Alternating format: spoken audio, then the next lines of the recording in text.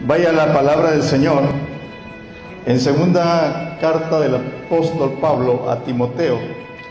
Dice la palabra del Señor: tú pues, hijo mío, esfuérzate en la gracia que es en Cristo Jesús. Lo que has oído de mí ante muchos testigos, esto encarga a hombres fieles que sean idóneos para enseñar también a otros. Tú pues sufre penalidades como buen soldado de Jesucristo. Ninguno que milita se enreda en los negocios de la vida a fin de agradar a aquel que lo tomó por soldado. Y también el que lucha como atleta no es coronado, sino lucha legítimamente. El labrador, para participar de los frutos, debe trabajar primero. Considera lo que digo, y el Señor te dé entendimiento en todo. Amén. Cuando hablar de discipulado transformador, hermanos amados, hablar de guiar personas, en términos generales, pues es un asunto que podemos o no tomar, ¿verdad?, con la seriedad que debemos. Pero pensar que necesitamos ser transformadores desde las cuatro paredes de nuestra casa, esto nos mueve el piso, ¿verdad? Así como ha estado el enjambre sísmico aquí en Occidente, nos mueve el piso, hermanos. Nos lleva a una responsabilidad aún mayor y nos confronta frente a realidades que muchas veces no estamos asimilando.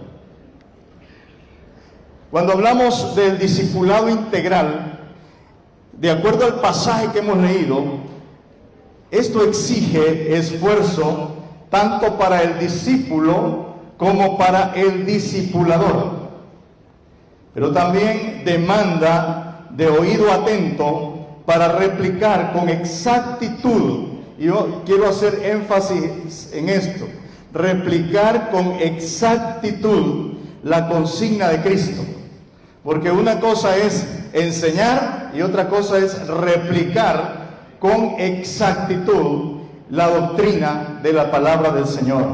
Requiere de exclusividad para Cristo y reclama legitimidad. Además, necesita paciencia, porque el discipulado son procesos. Y los procesos habrán de ser, hermanos, tomados en consideración. Cuando hablamos de discipulado, el discipulado cristiano es el proceso por el cual los creyentes crecen en el Señor Jesucristo y son equipados por el Espíritu Santo, quien vive en nuestros corazones para superar las presiones y pruebas de la vida presente y llegar a ser cada vez más semejantes a Cristo. ¿Cuál es el enfoque del discipulado a cualquier nivel? Parecernos a Jesús. En términos muy sencillos, es parecernos a Jesús. Ese es el énfasis. Ese es el enfoque que debe tener el discipulado. Los aspectos primordiales del discipulado cristiano, yo lo he pensado en dos partes.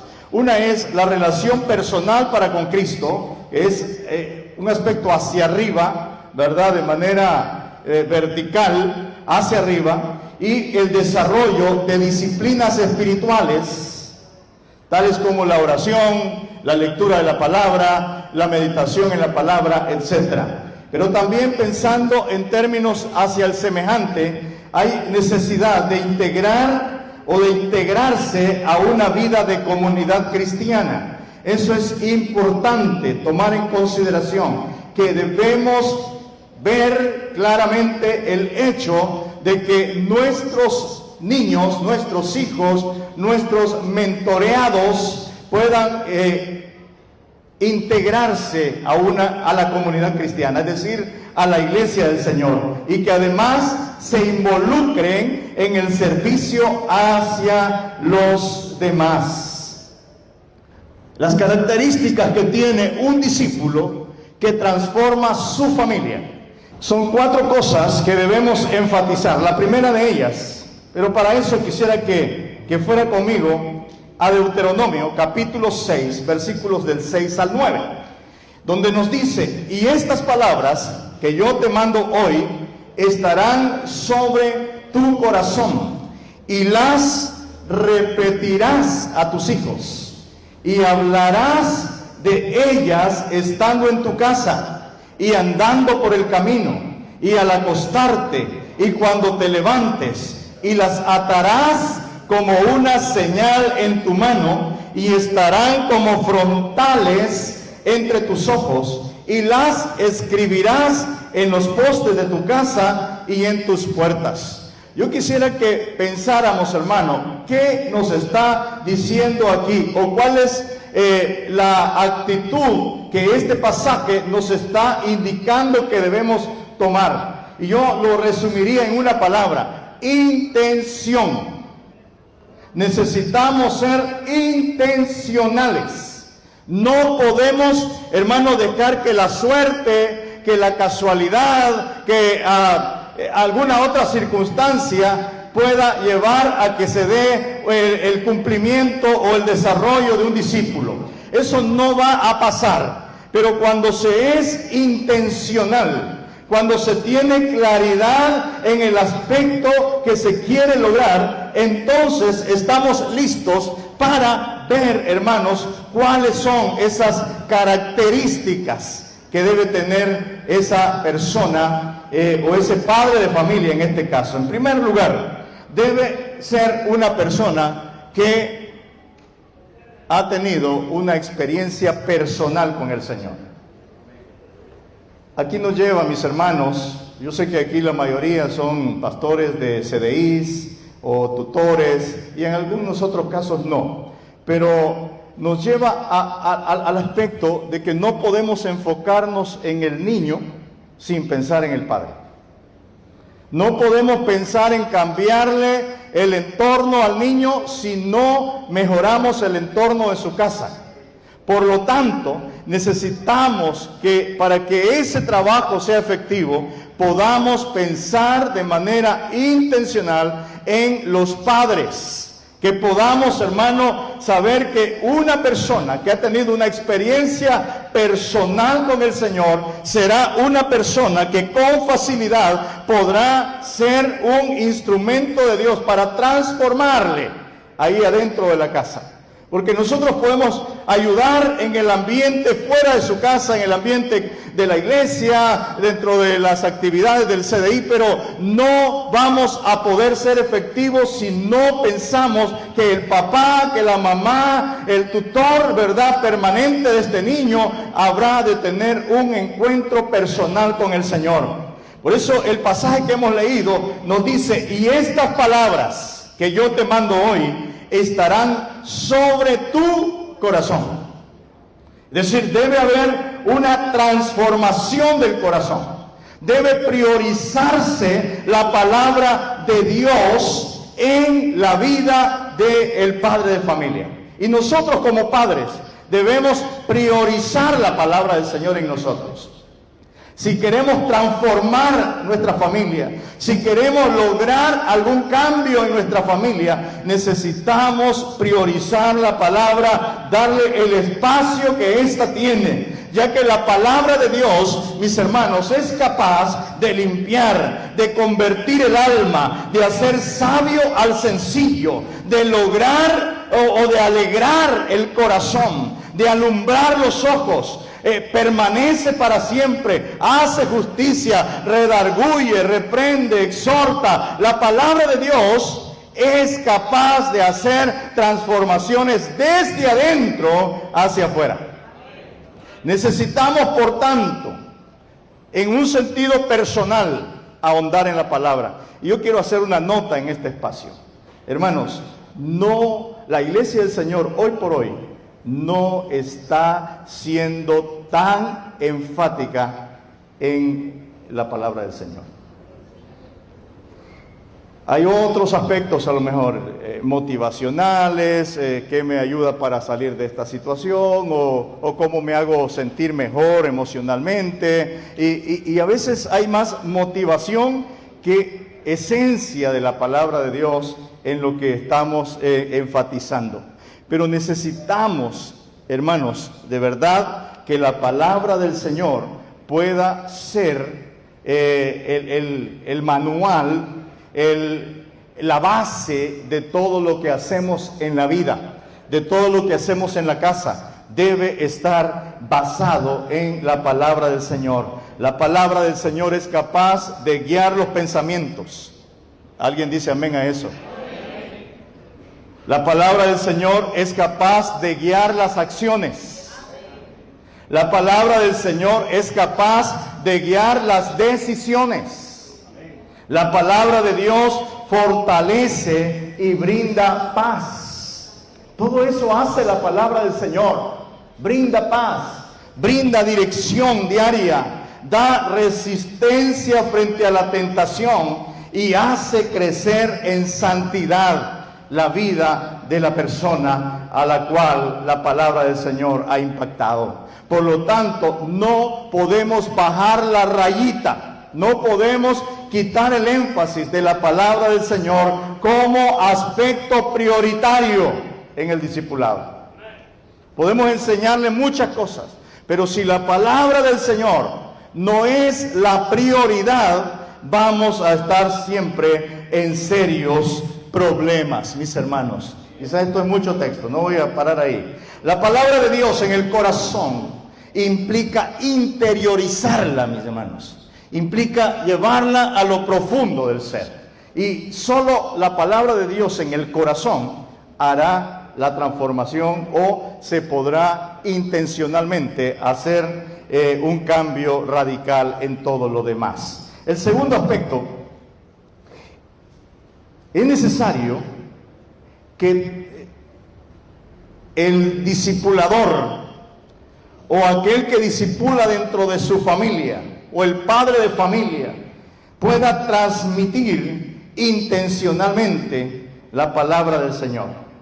Que pueda ser, hermanos, enfático. Dos cosas menciona el versículo 7. Una de ellas es la necesidad de repetirla.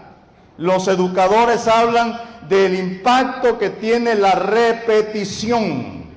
El poder, hermanos, memorizar, repetir, eso no es algo como una técnica pasada, no. Hace un gran trabajo en la mente y en el corazón, el repetirla, el aprenderla, el memorizarla, ¿verdad? Necesitamos volver a memorizar la palabra del Señor, a manejarla al dedillo, a tener, hermanos, la capacidad de guardar la palabra de Dios en la mente, pero también en el corazón. Entonces, vemos que es indispensable la repetición de la palabra de Dios a los hijos y estudiantes. Debemos repetirla, diga repetir. Debemos hacer que la repitan y nosotros mismos debemos repetirla constantemente. El pasaje que leímos, hermanos, nos muestra claramente que es una constante, que debemos repetirla, pero además debemos, pensemos en lo que significa repetirla. Por ejemplo, estimula el crecimiento cerebral, repetir la palabra. Repetir la palabra de Dios facilita la comprensión y la asimilación. Mejora la memoria. A nosotros los que ya tenemos ENTA para arriba, memorizar la palabra, no diga, no, y a mí no se me queda nada. Sí se nos queda, porque ¿cuánto vale los frijoles ahora? ¿Qué precio tiene? Usted me va a decir, ¿se acuerda? Es decir, cuando nosotros tenemos un énfasis o un interés en algo, lo vamos a memorizar. Y es importante hacerlo. Y además nos va a ayudar a que nos dé, o alejemos lo que se conozca como Alzheimer, ¿verdad?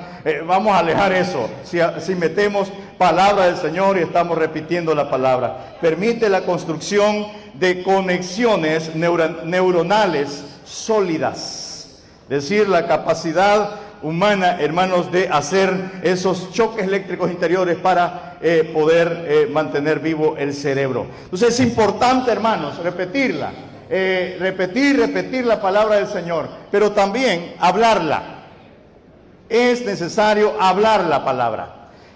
Mis hermanos, hablar la palabra nos está haciendo o nos lleva a pensar que hablar la palabra de Dios no es, hermano, solo hablar de ella, pero es permanecer hablando de ella.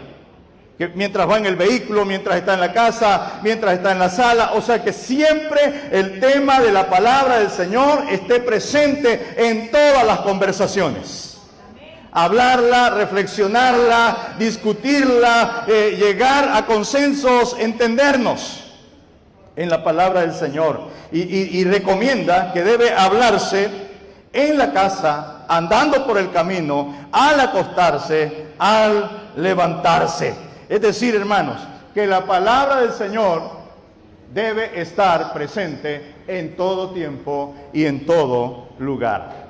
El tercer aspecto tiene que ver con actuar en concordancia con la palabra de Dios.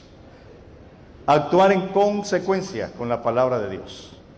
Porque una cosa es saberla, otra cosa es hablar de ella o convenientemente traerla a colación en momentos en que quiero salir ganando con algo.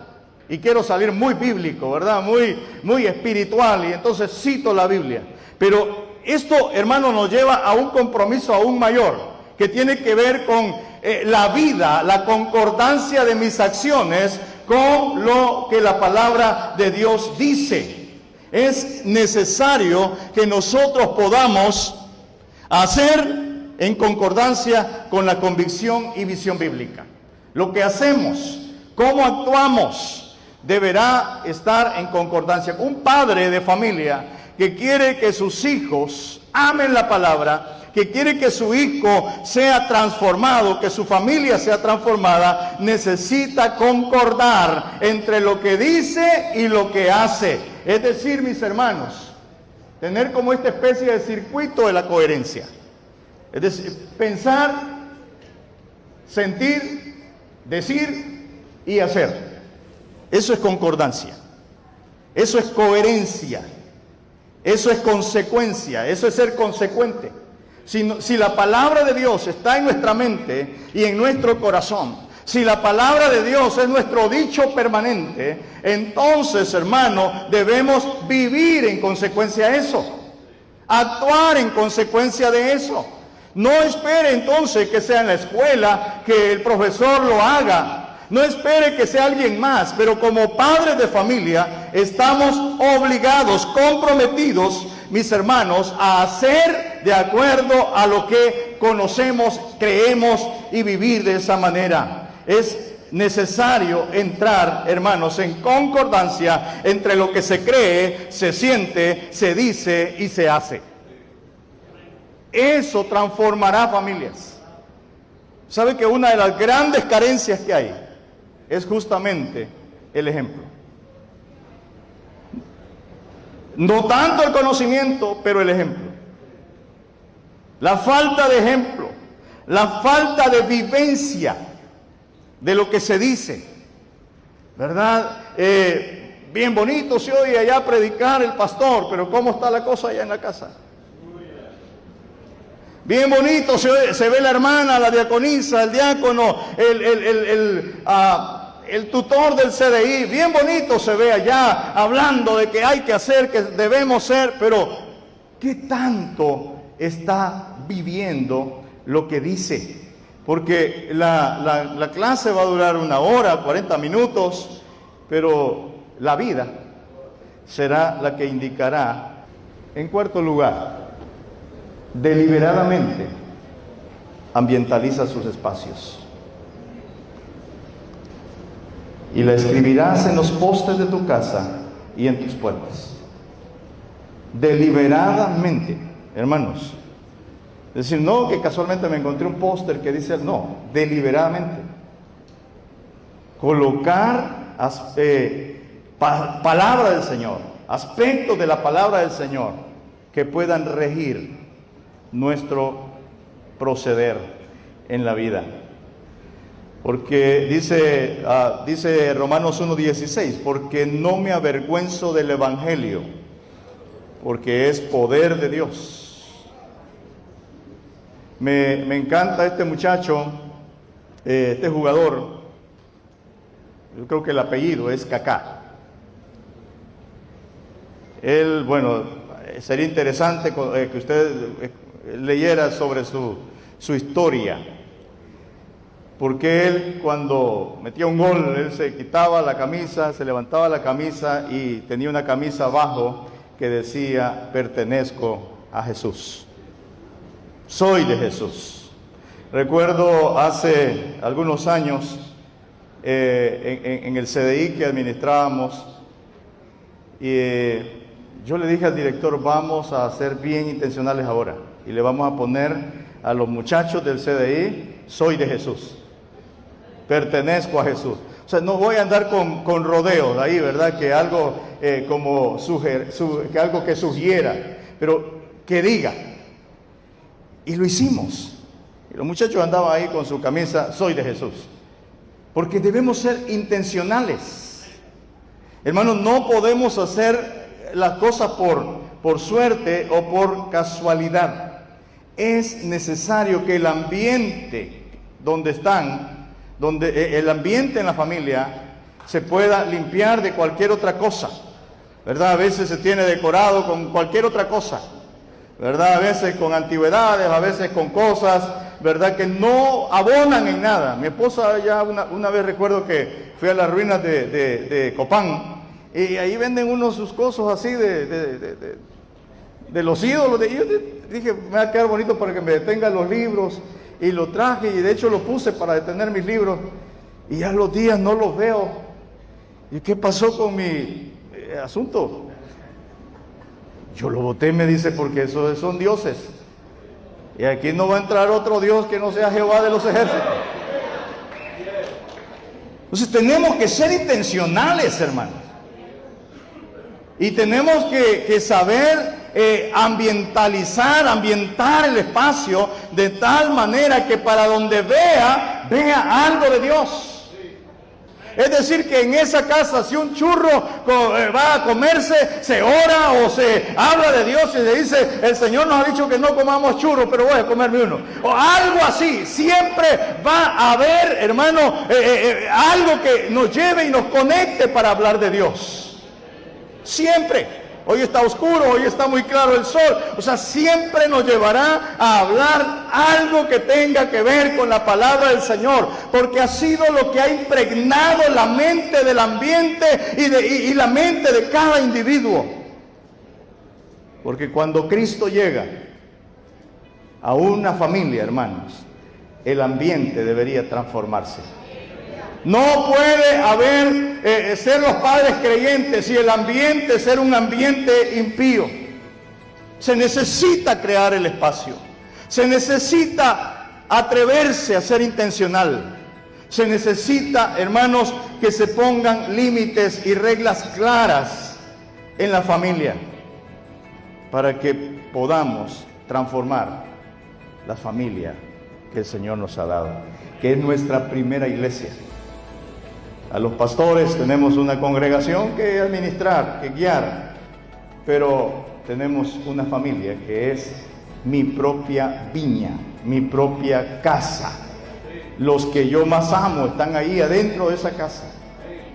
Por lo tanto, debo tener claro en mi mente que yo no engendré hijos, que usted como madre no concibió hijos para que se vayan al infierno.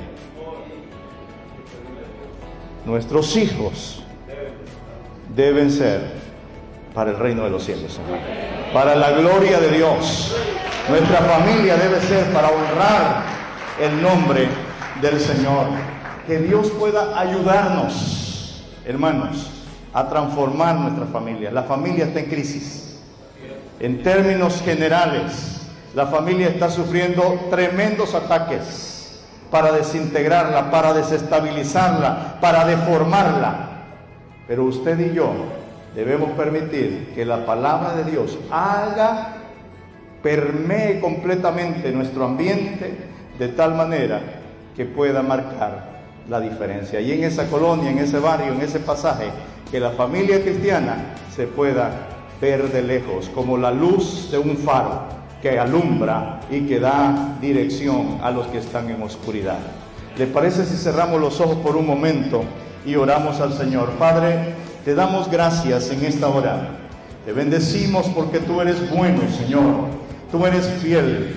Queremos pedirte, mi Señor, en el nombre de Jesús, que tú puedas bendecir las familias.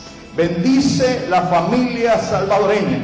Bendice las familias, Señor, aquí representadas. Y bendice las familias a las cuales cada uno de mis hermanos tiene acceso, Padre Santo, para poder no solamente, Dios, hablarles de un cambio que necesitan hacer, pero para ejemplificarles con su vida el cambio que se debe hacer y la manera en que se debe vivir. Para gloria del Señor, en el nombre de Jesús. Amén y amén. Muchas gracias. Dios me lo bendiga.